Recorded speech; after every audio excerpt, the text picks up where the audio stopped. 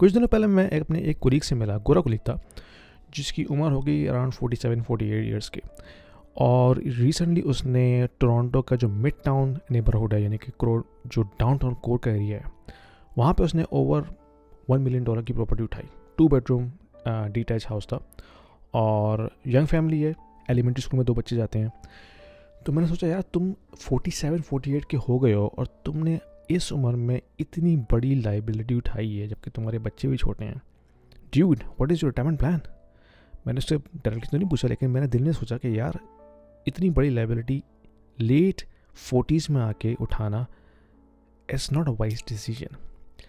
क्योंकि अगर आप 50s को टच करने वाले हैं कुछ अरसे में ही, तो इसका मतलब ये है कि आपके पास 15 साल रह गए रिटायरमेंट के लिए। तो अगर आपने कोई रिटायरमेंट प्लानिंग नहीं की है अभी तक, that is a big question mark. अक्सर लोग जो हैं वो बच्चों के हवाले से सोचते हैं, लेकिन अपने हवाले से नहीं सोचते कि यार, जब मैं रिटायर होऊंगा, जब मैं काम करने के काबिल नहीं रहूँगा, what is going to be my source of income. हमारा जो देसी कल्चर है, हम सोचते हैं कि हमारे बच्चे हमारा ख्याल रखेंगे, लेकिन थिंग्स आर चेंजिंग। यानी कि अगर आप 50 ईयर्स पहले चले तो शायद ये कॉन्सेप्ट एप्लीकेबल होगा, और बहुत हद तक हमारे जो पाकिस्तान इंडिया के जो कल्चर है उसमें होता है। लेकिन अगर आप अपने बच्चों को यहाँ ग्रो कर रहे हैं वेस्ट में, तो आप, अच्छी बात है कि बच्चे आपका ख्याल रखें, लेकिन you should not be expecting, you should not have high hopes कि भाई बच्चे आपका फाइनेंशियली बोझ उठाएंगे जब आप अपनी रिटायरमेंट की एज को पहुँच जाएंगे। तो अगर आप 40s में हैं और अगर आपने अभी तक अपनी रिटायरमेंट प्लानिंग का कुछ नहीं सोचा, तो that is a big question mark. Think about it more than anything else. ठीक है, बच्चे सबको अजीज़ होते हैं अपने, और हम सब सोचते हैं कि उनके बच्चों की पढ़ाई के लिए, उनकी शादियों के लिए हम जो है मेहनत करें और फाइनेंशियली उसके लिए स्ट्रगल करें। लेकिन before that, think about your own self in terms of retirement, कि जब आपकी एज उस लेवल पे चले आए, जब आप काम करने के काबिल ना रहें, या आपकी काम करने की एज निकल जाए, तो उस वक्त आपकी सोर्स ऑफ इनकम क्या होगी? That should be your top of the mind. सही है। देखिए, यहाँ पे वेस्ट में जो है ना, बच्चे अपना रास्ता खुद निकाल लेते हैं। अगर आपने बच्चों को अच्छी तालीम दे दी तो they can make their way out. लेकिन अगर आपके पास कोई सॉलिड फाइनेंशियल रिटायरमेंट प्लान नहीं है, then your backup is going to be CPPP, ठीक है, जो कनाडा पेंशन प्लान है, जिसमें आपने कंट्रीब्यूशन की होगी अपने एम्प्लॉयर के साथ मिलके। अब वो कितनी होती है, हु नोस। अब किसने किस स्टेज में स्टार्ट की है, इट डिपेंड्स कि आपने इसको कितना रनवे दिया है, वो सारी चीज़ पर डिपेंड करती हैं। लेकिन outside the state pension, outside CPPP contribution, हम सब का एक अलग से रिटायरमेंट अकाउंट होना चाहिए, जिसमें आप जो है कंट्रीब्यूशन कर रहे हो, और वो रिटायरमेंट प्लान जो है किसी ऐसे एसेट में इन्वेस्टेड हो जिसमें आपको एटलीस्ट 10+% ग्रोथ एनुअल मिल रही हो। अक्सर लोग रियल एस्टेट में पैसा डालते हैं कि भाई रियल एस्टेट ख़रीद लो, 10, 15, 20 साल के अंदर वो पे ऑफ हो जाएगी। That is my retirement plan. बुरा प्लान नहीं है वो भी, लेकिन डिपेंड करता है कि आपने वो कब एक्वायर किए, किस प्राइस पे एक्वायर किए, वो कैश फ्लो दे रही नहीं दे रही, आपकी मॉर्गेज कब तक पे ऑफ होगी, ये तमाम चीज़ उस पर डिपेंड करती हैं।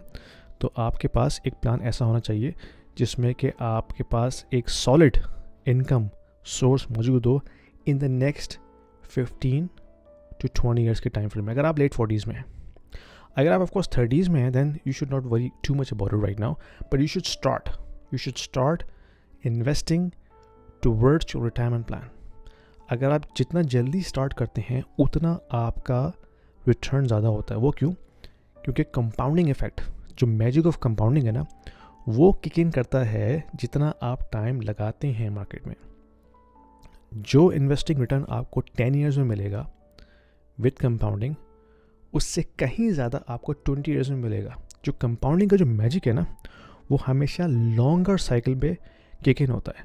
अगर आप 20 ईयर्स का होराइजन रख के चलते हैं और आपने एक रिटायरमेंट प्लानिंग की भी है कि भाई विद इन 20 ईयर्स मैंने जो है रिटायर हो जाना है, और मैं हर महीने जो है $50, $100 इस अकाउंट में डालता रहूँगा, और ये अकाउंट जो है वो एक इंडेक्स फंड या ETF को बाय करता रहेगा, और जो डिविडेंड मिल रहा है हम उसको भी री इन्वेस्ट करते रहेंगे, और over time like 20 years that account will multiply by multiple folds. That is the magic of compounding. तो वो कंपाउंडिंग का मैजिक तभी चलता है जब आप उसको टाइम देते हैं बिटवीन 15 to 20 years. तो अगर आपने कुछ नहीं किया और आप लेट 40s में हैं तो इस वीडियो को दोबारा सुनिएगा तहम्मुल से, अकेले में बैठ के, ताकि आपका जो दिमाग है वो उसको सोचे, and then start acting upon it. Help चाहिए तो मुझसे आप कांटेक्ट कीजिए. मेरे पास फाइनेंशियल एडवाइज़र भी हैं सर्टिफाइड, मैं आपसे उनको कनेक्ट कर सकता हूँ. और जो छोटी मोटी हेल्प आपको मुझसे मिल सकती है मैं आपको वो दे सकता हूँ. लेकिन do something about it, do something about it, take action and make this as your top priority. क्योंकि जब आप बूढ़े हो जाएंगे और आपके पास कोई सोर्स ऑफ इनकम नहीं है, that is not the fun to be in. पसंद आए वीडियो शेयर कीजिए, लाइक कीजिए, सब्सक्राइब कीजिएगा. Thank you. When it comes to investing, staying informed is everything. That's why I've been diving into Momo. It's got some tools that are pretty useful for navigating today's market. For example, Momo gives you free access to real-time level 2 market data, advanced charting tools, and professional grade research.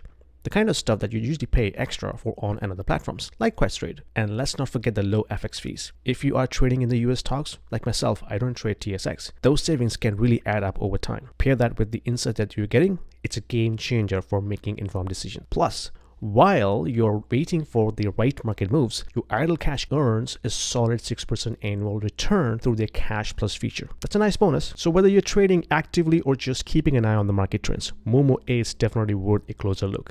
So you can start investing today by clicking on my referral link, which will give you $50 free credit to start with. Thank you, Momo, for sponsoring this video. Nothing from this content should be deemed as a financial advice. Please consider all the risks associated with the investing. Terms and conditions apply. Financial education is very important for everybody, especially for the kids who are still at school, because when they grow up and go into their professional lives, if they don't know how to manage their finances, that is going to be a disaster to begin with. I have just published an ebook for the kids aging between 10 and 16 years to understand how they can manage their finances, so when they grow up they know exactly how to manage their personal finances, because I have broken it down at a very, very basic level. What is money? How can we save? How can we invest? What is debt? How can we use debt? What is credit card? And how we can set ourselves for the financial future when we go into our professional life. So if you are a parent looking for a very simple to use ebook for your kids, click the link below to order the copy for your kids, and let me know what you think about that. Let's get back to the video.